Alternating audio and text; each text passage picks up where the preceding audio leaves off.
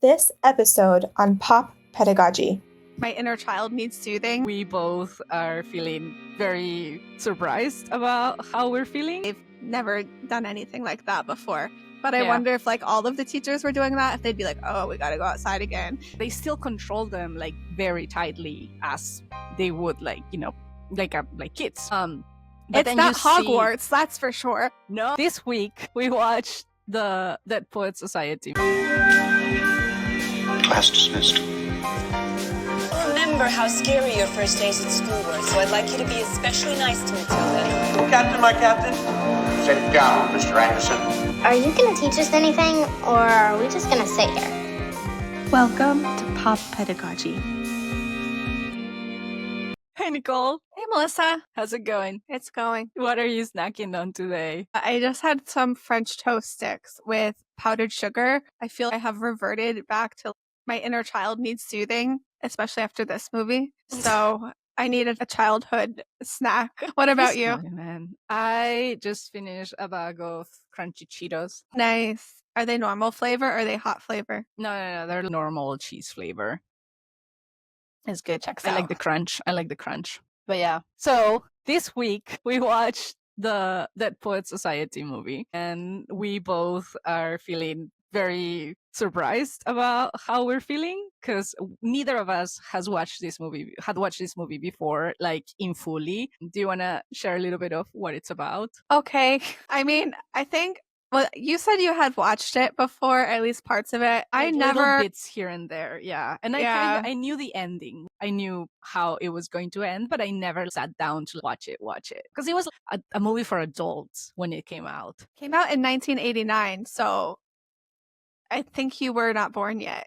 See, or when it was streamed in open air television in Peru, like it syndication was or whatever. Yeah, like it played quite often. Okay. I heard of it, of course. I think I always heard of it in the context of an inspiring teacher movie. So I think I just had no idea that it was actually a devastating tragedy movie. And I don't know, the last week was really heavy just in terms of the news cycle and all kinds of stuff. There was someone in my professional network that died and all kinds of stuff. So I was like, oh, okay, let's watch this feel good movie, feel good, inspiring teacher movie.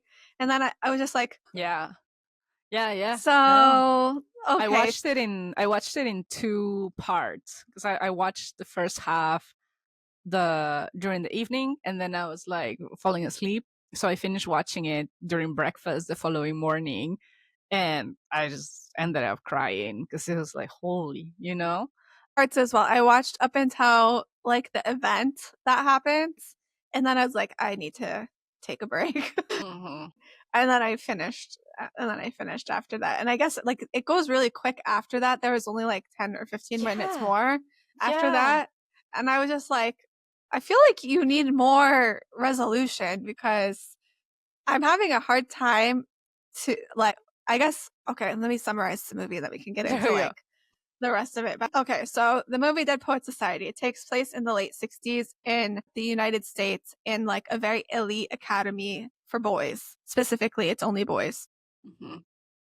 And the boys that go to this academy, they usually end up going to very top Ivy League colleges. And it's a very kind of high expectations kind of environment. So the movie starts out with this group of boys who are friends. They're all in this English class together, and there's a new English teacher named Mr. Keating. So the very beginning of the movie, Mr. Keating kind of subverts expectations of the class for what his lessons are going to be like. His first couple of lessons are really engaging. The kids are really curious about him. So they start to learn, they go, because he went to that school when he was a kid. So they start going through the old textbooks to find him in not the textbooks, the yearbooks, to find him in the yearbooks. And they find him, and then they see all the clubs and stuff that he was in. and they see he was in this club called Dead Poets Society. And so they're like, Mr. Keating, what was this Dead Poets Society? And he tells them, oh, it was like the secret society we made. Like even Henry David Thoreau was part of it, you know, and we would meet in this cave and we would like read poetry and woo women and all, you know, all kinds of. So the Boys. the main character, Neil, is like, we've got to reinvigorate the Dead Poets Society, you know, like this will be so cool and we can, you know, express ourselves and things. Cause like Mr. Keating's whole, I think it's his curriculum, cause he doesn't use the school's curriculum. And his like main learning outcomes he wants for the kids, it seems like, is that he wants to instill like critical thinking skills in them. Yeah, he mentions even like wanting them to be like education should be about cultivating free thinking. Yeah. He says free thinking. I think critical thinking would be like what we would call it these days. But so that seems like his like core kind of like approach to teaching is like I'll teach poetry, but I'm teaching like critical thinking through poetry. Mm-hmm.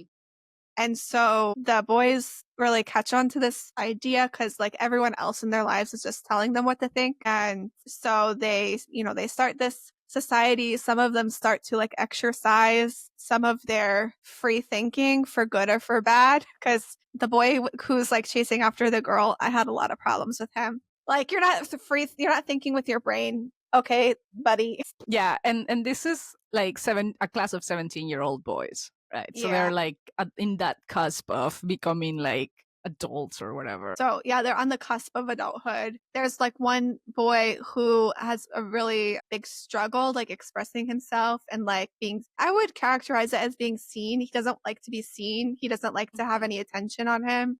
Yeah. And then there's like the main boy who is like, you know, he's kind of got leadership potential, but he's very artistic. His family want him to be a doctor, but he wants to be an artist. He wants to go into acting. And he tries to stand up for himself, but he's kind of like knocked down again and again. And then eventually he thinks okay, this is how I'm interpreting it. He thinks he's exercising his free thinking by doing the play without asking his dad for permission. And he lies to Mr. Keating and tells Mr. Keating that he asked his dad for permission and his dad said it was okay. And he does the play and his dad finds out and says he's taking him out of the academy and sending him to military school. So here's major spoilers. If you don't want to know, close your ears. Probably for the rest of the episode because we have to talk about it. Yeah, Okay. There's always going to be spoilers in this. Yeah, spoilers. Well, we can put like a banner here. Spoilers. So then, because his dad basically like shoots down any hope of him like following his dreams, he takes his dad's gun and shoots himself that night, the night after the play. And then his parents kind of blame the school. And all of this part happens so fast. This is like the last 15 minutes of the movie. So everything up to this point has been the stuff going on at the school. And then suddenly this boy dies, who's like the main character of the whole thing. And then they're blaming the school, and the school forces all of the kids to sign a document that says it's Mr. Keating's fault for teaching free thinking. Yeah. And Mr. Keating gets fired. And then when he goes to his classroom to get his stuff, the boys are being taught by I guess he's the principal or the headmaster. I think so. The boy, I think his name's Todd. The boy who has really a hard time expressing himself is the one who finally like finds his voice and says like, they made us sign it, Mr. Keating. We didn't want to. And Mr. Keating says, I believe you. Don't worry. I believe you. It's fine. And then boy stands up on his desk. It's like repeating one of the lessons they had early on about like seeing things from a different perspective. So he stands on his desk and he says, "Oh, Captain, my Captain," which was the first poem that Mr. Keating taught to them. And they sometimes call him like my captain as like a sign of endearment. So then all of the boys who were in Dead Poet Society, except for the one boy who was like what do you call it? He was like a snitch, but he wasn't even really snitching because he made it up. Like it wasn't true. So he was like a liar and a snitch. So all of the boys in Dead Poet Society, except for that boy, stand on their desks and say, "Oh, Captain, my Captain." Mr. Keating says, "Thank you, boys," and that's the end of the movie. Mm-hmm. Yeah, it was quite tragic, and to me, something that impacted me a lot in watching the movie, in full, was that contrast of this very rigid education approach to education. Quality education for this school is the same as entrance to the Ivy League universities, Yeah. right? And there is and I don't know if it's like, from the times and how society was in the US back then, but it seems like it follows a really strict hierarchy that I also see in the family dynamics of these kids, right? They cannot go against their parents' wishes. The parents decide on the professional future of these kids, and they expect kids to act like adults almost from very early on, because this internship, it has kids in like elementary school age and also high school, but they still control them like very tightly, as they would like kids. But It's then not you see, Hogwarts, that's for sure. no, not at all. No. But then you see them in these the contrast of the kids' behaviors, of the boys' behaviors, when they're in class, when they're in school functions, versus in their free time, which they do. It seems like they do a lot. They get time to explore. There are some scenes where they are playing with like electronics and like arts and stuff like that. They're more cheerful, they're talkative, they're relaxed. And when Mr. Keating comes in, and he kind of brings in that cheerfulness, that free thinking into the classroom, and it becomes very, very disruptive, right? He wants everyone to participate, but he also reads the room when it comes to this character, to Todd, who is very, very visibly nervous when it's his turn to participate. So he doesn't push it, he reads the room, he's compassionate, and at the end of the movie, he ends up almost like being portrayed as the villain. It left me with many, many conflicting feelings. And also that the peak of these, to me, the kind of that represents this very rigid education system in this school, is that scene where I think it's the principal, where he physically punishes one of the students for writing this, like, I can't remember. He wrote like a article. funny, it was like kind of like an oniony type of like thing about how like the school should start accepting girls. Yeah, and it made me wonder, is that something that, do parents know that physical punishment was something that happened? Do they condone it? Do they think that, that is part of what education should be? Probably yes, because of the time period. Right. Oh yeah. Even now, I just looked this up the other day. Even now, in most states in the United States, corporal punishment in schools is still legal. That's like, it's not tremendous. done really, but it's legal. It's like legal to do it. In some states, it's different between private schools and public schools. Like in public schools, it's not allowed, but private schools can decide for themselves. But it's not illegal everywhere. That's terrible. But yeah, it just gave me this feeling of like you can't escape the system. Scene was horrendous because it wasn't like a smack on the hands or something. No, it was like a paddle, weapon, right? Yeah, like there was a weapon. Yeah. And it sounded like it was something that was common enough, because the principal is like, take the position. And then they just know what to do. Yeah. Which is, and I remember, and I think we talked about it at some point in the first season, but like, I think my grandma told me that when she was a teacher, like, she's 88 now, so a long time ago, that like there was like a ruler, like a metal ruler or wooden ruler that teachers were expected to use in extreme cases, right? But yeah, so it was impactful for me to see that portrayed. But yeah, I just like I didn't leave feeling good or uplifted or very like carpe diem-y. I think for me the challenge is like, what is this movie actually trying to say? Because if it's trying to say that these teaching methods that Mr. Keating is using are good, they leave us with a result of a death and a firing, and without like any further reflection on like those methodologies and like what the outcomes are for the other students, except like, okay, Todd finds his voice in the end, but is that enough to justify the rest of it? You know what I mean? I feel like the movie needed to say more, like to have like more reflection or commentary on like the actual teaching that was happening, and like the results in the students. Cause like, as far as we got, the results are like just tragic and sad. Yeah, and I mean, and the system carries on, right? Like it's still didn't Mr. Keating doesn't end up changing the school. He has to leave early. Like maybe if they would have went like 20 years in the future or something and showed like where those boys are now and like what they took away from that experience, that would help us understand a little bit more about like what somebody can do in that type of situation. Yeah. But putting the sadness and shocking of like, oh man, this is not a feel good movie kind of aside, and looking at the teaching methods of Mr. Keating, what was something that caught your attention about that? Well, I have to say, I think he has really good hooks. Well, first of all, I think Mr. Keating had a curriculum for himself. In my mind, he has like a binder and his lesson plans are planned. Because I think they flow together. Like the ones that we saw, each one builds off of the previous one.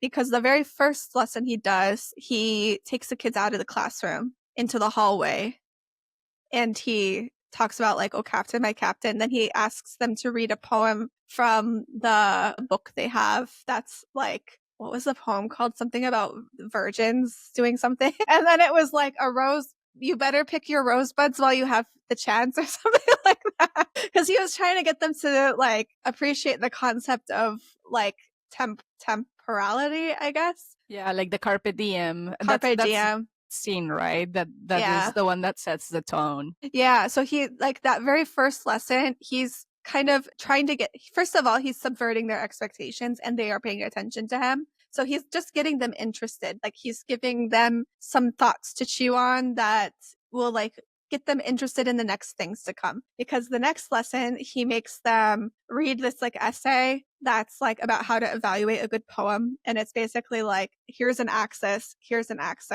A good poem falls like these places on this axis. Trying to like correct for whatever accent that was. The axis of evil. Yeah. And then he's like, okay, y'all got that? Okay, now rip that page out of your book. And then he's like, in fact, rip out that whole chapter. In fact, throw your books away. We're not doing that shit in my class, So I thought like he got them to that point to be like a little bit rebellious because he already like gave them something the first lesson that kind of, sparked curiosity and like earned their trust as well. And then he does more lessons after that, but I would like to hear your thoughts on those first two lessons. I mean, to me, it was obviously apparent that he was familiar with the curriculum, not only because he had to teach it, but because he was a student there, and there are scenes where the poetry book that Neil was using had been, in fact, Mr. Keating's own poetry book from when he was a student there. But yeah, it seemed that he had such a good classroom control, like he didn't only, it was just like a lot of really great examples of embodied learning, like getting them on top of the desks, but also out of the classroom. And then the way that he used even his voice, right? Sometimes he would raise it, sometimes he would like whisper it. And it was just very engaging. And yeah, yeah. And then there's a lot of like, I don't know, just like humanities kind of like values that he holds on to dearly. It seems that is who he is, and that is really what his education philosophy is. And it looks very easy for him to take the subject beyond the test and beyond the classroom. And that's also something that is very engaging to these teenagers. And you see them in all of these other scenes where they are making all of these free thinking decisions. They repeat, they're like, oh, carpe diem, let me do this shit, so you can really see the impact that this disruptive kind of teaching methodology is having in the kids' behaviors immediately, right? And especially on Neil. But yeah, just like the use of the way that he uses his own body and pushes the kids to use their own bodies and the space, it was really, really cool. And it just made me think a lot of that concept of embodied learning and kinesthetic learning. Yeah, kinesthetic. Yeah. Yeah. And I'm sure there's like other philosophies around like how you use the space. Like, yeah, like there's some around how space is designed, but also how you use space. and just like different ways to be engaging and motivating. And okay, this is one thought that I had while I was thinking about his methods and like how engaging it was for the students. But I was thinking like, would Mr. Keating be successful if every other teacher taught exactly like Mr. Keating? Because Like- part of like why it works is because it's novel and surprising, and because like it grabs the kids because they've never done anything like that before. But I Yeah. wonder if like all of the teachers were doing that, if they'd be like, oh, we got to go outside again. You know what I mean? Yeah, or in that case, it would be, I don't know, closer to which school, like School of Rock in a way. Well, I that's don't just know. what I was thinking is like, well, it works. Like, I think it could work in the School of Rock case because they're doing different types of projects, right? So the Yeah. activities would be different.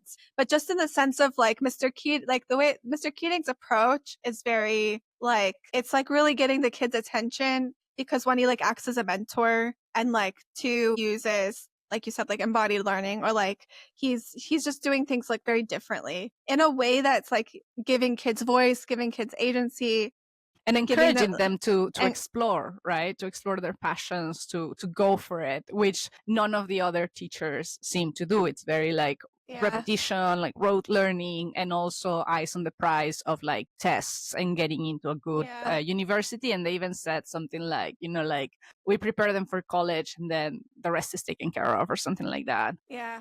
And I was just saying, I mean, it was just like something that came up for me, like a curiosity of like, I wonder if the kids would be as excited about it if everybody was doing it. Or can Mr. Keating fly because the other teachers are crawling? That's not a good metaphor, but you know what I mean? Like maybe I can you see need that. like those teachers for like a teacher like Mr. Keating to be as effective as he is. Yeah. That could probably be it. What do you think about, you know, like I think the thing that made me really feel really like, you know, this tightness in my throat was just, yes, on the one hand you can see the impact on the kids' behaviors, like I was saying, you know, the taught becomes more free, people they encourage, they start approaching poetry and this subject in their own terms, they take initiative and all of these, which probably, you know, they already had that in them. But at the same time, there's that limit to what teachers can do, right? Because even though he was encouraging the main character Neil to pursue acting, and he could see, you know, the spark in him, and he even goes to the play and he's like, you know, you're a natural, like, well done. But then the parents and this power that the family has over the kids' lives is a huge barrier to whatever he can accomplish, or to his impact as a teacher. Did you feel that way too? It's basically the way that the movie ends is that they put the blame of Neil's suicide on Mr. Keating's teaching, right? And school what does. stars, yeah, like from the parents, From like the the parents, parents and the school principals. And it's like, this happened because he came in and he just completely messed up with the system. Like if he hadn't come to this group of boys' lives, they wouldn't have, you know, made these decisions or gone to acting things or thinking, or the boys wouldn't have thought that there were other alternatives to the pathways that the parents and the schools had already put them in, right? That is kind of like the framing of the ending, which is really heavy, really, really heavy. It's really heavy. And I think, so, okay, that happens. And then the final scene is the boys of the Dead Poet Society kind of just standing up for Mr. Keating. Like, not absolving him, but signaling that, hey, like, no, it wasn't you, right? That's why I think it needed like one more scene of them like 10 years from now. Because in that, like just in that moment, we don't see the true effects other than like the immediate effects, which was all this drama. But if we were going to see the long-term effects, I think that we would see that it had a positive impact on them over time. Like if you were going to take a sample of the boys who were standing up and the boys who were sitting down and like their long-term trajectory, and like how they felt that class helped them, you know, along the way, I think you would find that the boys who were standing up, like maybe made a decision based on like the critical thinking skills they learned, or like the you know, deeper reflections that he was fostering through his maybe they changed their constructivist major in methods. college, or made some decision that was different than what was expected of them, but on the other hand, also something that I left wondering was like, okay, yes, what happens to the boys 20 years from now? But also what happens to Mr. Keating immediately after, because yeah, there is one scene where he goes to Neil's seat in the classroom and he takes out the book and he realizes that the book that Neil was using had been his own book from when he was a kid, in that class. And he, breaks down, starts crying, and then he has to leave. He leaves with this, I'm assuming, like heaviness, right? And does he immediately go back to teaching? Like, how do you recover from something like that? Not because, whoever's fault it was or whatever things were behind it, but just like the fact that this happened, like a kid that you taught, that you were close with, that you in a way admired and cared for, is gone in this very, very tragic way. And as a teacher, your profession is to continue working with kids like this, right? Like, how do you go back to a classroom after this happens? Does he go take a moment for himself? Does he go look for support? Like he's just knowing the way that he is from his teaching methodology. What do you think he does? How do you think he recovers from that's this? that's such a good question. Really I want a sequel. But like, also Robin Williams is gone, so God. And also in a very tragic way. Yeah. I mean, I would hope Mr. Keating had the wherewithal to find a therapist and or Was talk to therapy a somebody. thing? Yeah, like talk to And somebody or write a book. Yeah, or write, keep a journal, start a journal. He wrote a screenplay called Dead Poet Society. No. That's dark, Nichole. I mean, okay, we're talking about fictional characters here, so it's okay. Yeah. I would hope that Mr. Keating would, probably he would need to take a sabbatical. Maybe he went to a public school and worked with young people who were like in a position to need him, who didn't have access to the same resources as, these top elite boys. And he found his motivation because a lot of those kids didn't have overbearing parents. They just were trying to survive whatever their experiences were. And Mr. Keating could give them everything he had and no one would complain about it. This is just me fantasizing.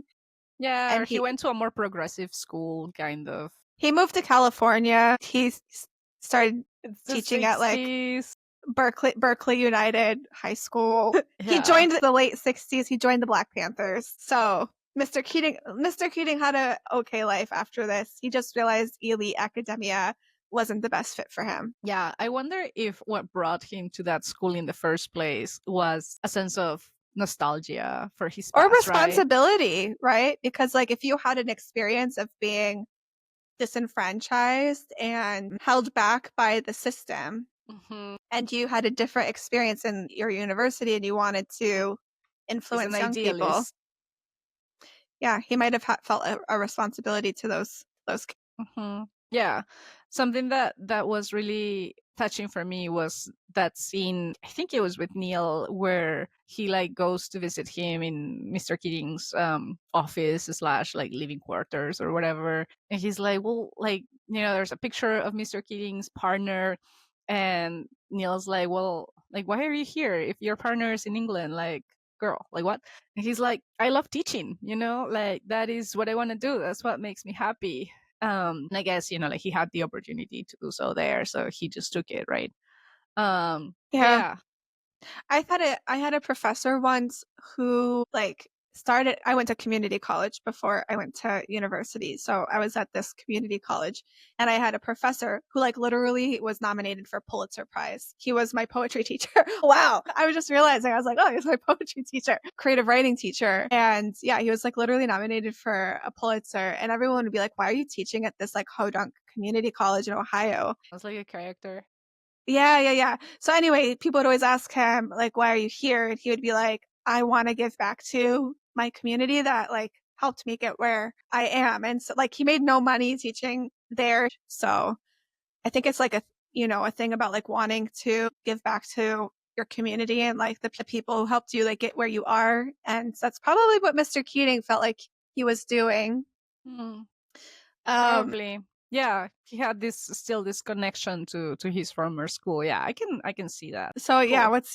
what's your takeaway? Is Mr. Keating a good teacher? Yes. I mean, context aside, I think that the way that he did this, embodied learning and these demonstrations of using body, space to convey messages and to promote deep reflections are very, very valuable, and something that, like that would be ideal to have. I can't remember the exact quote, but this I think it's like John Dewey. I couldn't find it. I forgot to look for it, but it was something about like, education not being a means to an end, but education is life itself. Right. Yeah. That just came to mind a lot in the way that teaching methods were playing out in the movie. What about you? Yeah. That's a good point to call out. I also thought like one of the things that I think Mr. Keating does a really good job of is giving the students agency over knowledge and like kind of embodying that. I would even say it's like very aligned with like open pedagogy, where he is telling them like to rip out the page in the textbook, like we're going to create the knowledge among us as a community and inside of ourselves. And I like that. That's like an approach I really vibe with. As someone who's been in the open knowledge space for like quite some time. And I think like giving students that agency over knowledge, like saying that the textbook isn't the final word, actually, like rip out that page. In fact, throw away the textbook. We're going to co-create what we understand of these concepts together. Is quite ahead of its time, even for 1989 when this was produced, but especially for 69 where the movie takes place. And it's still a very relevant way of teaching that most teachers don't do. It is still usually follow the book. Even if they're doing engaged pedagogy, even if they're doing engaging lessons, it's usually this is the book or this is what you need to learn. It's not let's think about if this is the right thing to learn. Let's think about if actually this book is, telling us, something that's going to help us think critically about this subject matter, or if we're just absorbing it.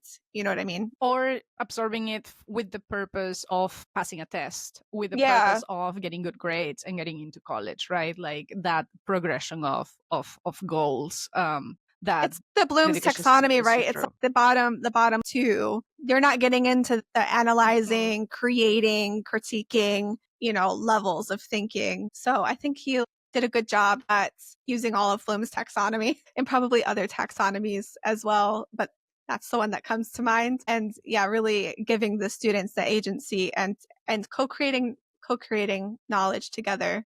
I thought he did really well with individualized learning because he really understood his different students and not only Todd. Okay, Todd was a person, but there was also that other kid who was really goofy and would, he told the kids to write a poem and the kid was like cat sat on the mat. And even that he was, it's not a bad idea to write a poem about something if you know about cats. But I think you were lazy, like he like addresses he kept it real.